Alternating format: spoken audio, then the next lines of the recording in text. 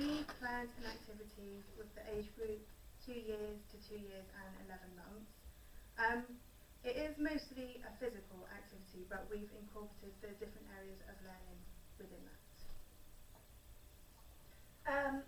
Basically, our activity is you have a group of children and you have a big space, and within that you do different activities based on what we have here. We would have more, but obviously we would have a lot with us. So for one, you would have the cones. You would have 4 cones set up in each corner of the room, and you'd have coloured beanbags scattered all over the room, and you'd give the children a set time to go and find the same colour beanbag to put with the cone, and then at the end you would say, have you got the right colour beanbags with the cone and how many you have. So you'd be bringing the mass for that.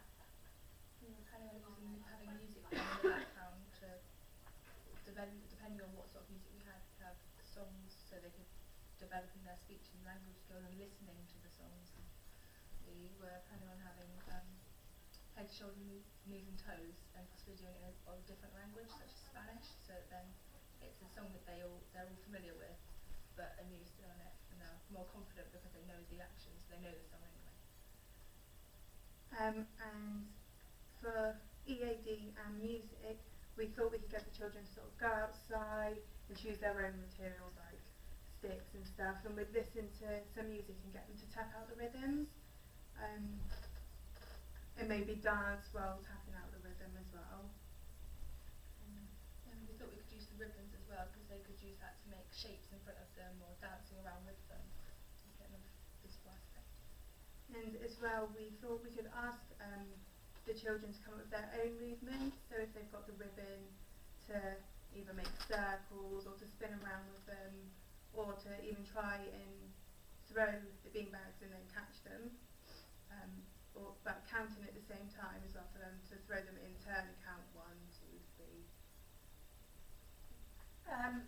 Another activity we thought we could do was they make shakers using cups, and then they fill it with stones or pebbles or like little beans, just so they make different noises, and then you get all the children running around in a circle, and then they shake it, and then when you say stop, they stop, and then when you say go, they go around. If you say go slowly, can you shake it faster? Just getting them involved. And having them think about what might happen if they shake it faster, Yeah. or how to make it louder. With the use of technology, we haven't really used it that much within our activity. Obviously we've got the music playing. So again there, they'll be listening to different songs, some songs that they're familiar with, some in different languages. So like the head, shoulders, knees and toes, there were no heads, shoulders, knees, toes. And then do it in Spanish as well, to get them familiar with the different language. But we sort of done in general how technology can support speech, language and communication.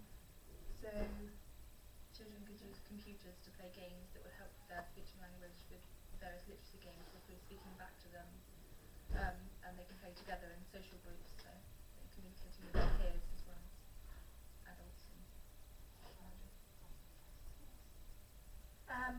We felt that with physical, it's whole body, as well as when they're tapping the sticks, it's pincer grip, so it's fine motor. With social, they're all playing together and they're joining in with their friends. You might have some children that have recently started and they're quite shy, so if the whole group's doing something, they might feel, oh, I'm going to have a go because such and such is having a go. Communication and language, they're learning new words. So if you had a Spanish song playing in the background, you could say every time you hear the word such and such, you have to throw your arms in the air, or you have to touch your toes, and then you can encourage them to sing the song in Spanish, and then they have some understanding of another language.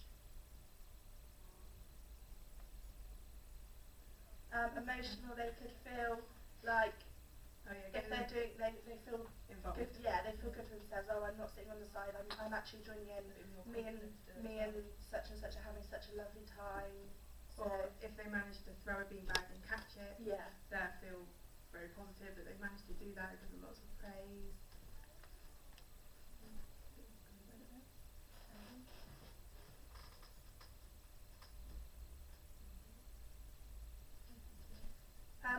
beginning and at the end you could have like a warm up and a warm down. So, like say you did have a new child that is very nervous, during the warm up you could encourage them to join in, so that when you do the set activities, they don't. It's not a big hoo-ha trying to get them to join in, because they've done that within the warm up. And at the end we thought we could just have a bit of a bubble machine game and just see how many they can pop and see, put them in little teams, and and that's just a bit of win all the time. fun.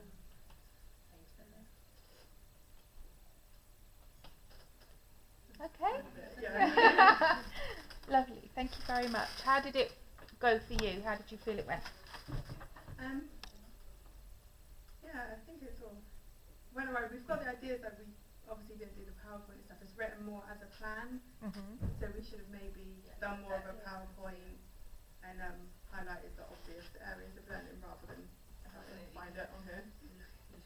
Yeah. That's fine. I mean, I will want to take pictures of the plans for the level 3s, because that was part of the brief, wasn't it? Was to do the plan activity, and you've obviously shown the resources, so that's fine. I'll come round in a minute and take pictures. Okay. Of the Well, plans. I thought I could send it. To Yeah, if you Hannah send Megan, it, yeah. and we can Send it upload to me, because what I'll do is I'll Okay. put all the packages together for everybody and then send them to you. Yeah. Okay. I thought it was very good. Again, you've got your resources.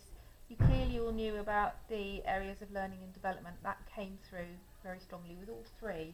Actually, not just all 3. All of you showed a good knowledge and understanding of learning and development. And obviously, Jack went that step forward and showed his knowledge of physiology as well. But it was all really thought out, so that's good. You've got some nice resources there that you brought in to demonstrate, and obviously I look forward to seeing your plans. Again, I thought that the technology side could have been developed a little bit more. Yeah, we weren't 100% sure if you meant just the technology within our activity or in general how it can support it. I think Chantal and Ruby got it best out of the 3, in the sense of the incorporating the technology within the activity, in the sense they'd all thought, you 2 had thought about how you would bring technology into the activities, taking that holistic approach. But the other 2 groups, what you did was, okay, it showed that you thought about it and taken that on board, so that's fine. And you know, it's something that we need to stop making separate and talk about practitioners generally, but actually think of it as part of every activity that we do, try and incorporate some sort of technology, so it's just a given as opposed to a thing on the side, if you see what I mean. But otherwise I thought it was great, so thank you very much.